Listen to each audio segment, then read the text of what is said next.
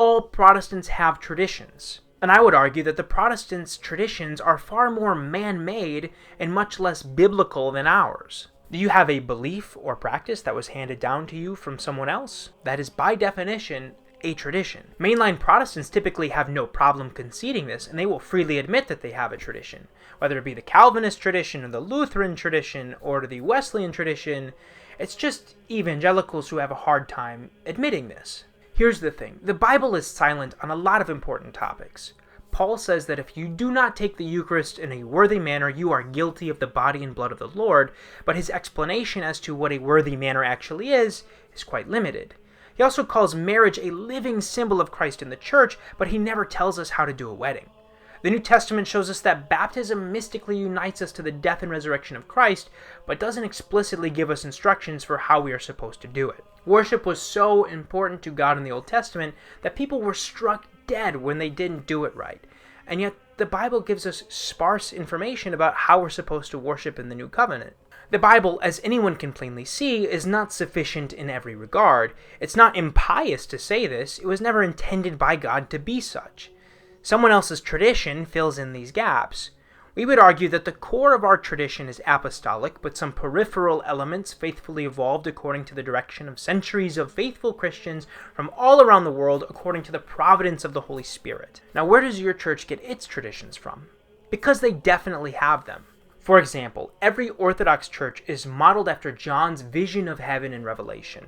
There is the central altar upon which we put the Eucharistic elements, which is the Lamb who is slain. Surrounding the altar, we have a circle of clergy who represent the crowned elders who stand beside the Lamb, and images of angels who surround the throne of God. The main body of the church, which we call the nave, we have the whole congregation along with images of reposed saints, representing the people in heaven from every tribe, tongue, and nation who sing praises to God. The entire church is a visible representation of the Bible's depiction of heaven. Now, how is your church constructed? With a stage? With theater chairs surrounding it? Where is that in the Bible? Our whole church is filled with incense because in the Bible, incense and censers were in John's vision of heaven. And incense is used in the Old Testament temple to cleanse sacred spaces from the residual filth of sin in the community.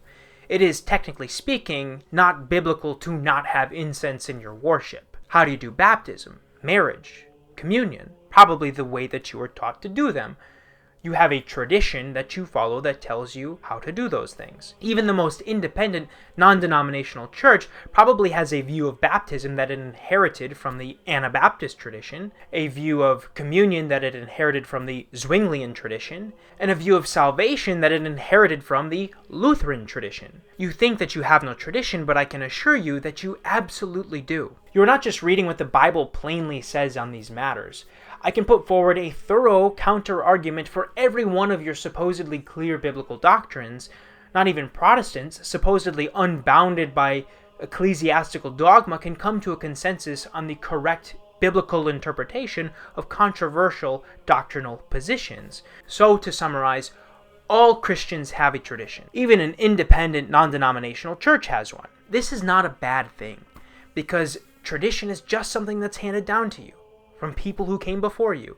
The Bible is a tradition, and so is the message of the gospel. So it's self-defeating to be a Christian who hates tradition, because Christianity is inherently traditional. Moreover, the Bible never claims to be your one and only source for faith and practice. There are obvious gaps that tradition is meant to fill. Furthermore, the Bible doesn't tell us much details about a lot of the things that it itself establishes as important, making traditions necessary and inevitable. If your church leaders have told you that Jesus criticized tradition, they haven't told you the truth. Jesus opposed traditions that contradicted the commands of God, but established his own tradition that was passed down to his disciples, who passed that tradition on to their disciples, and so on.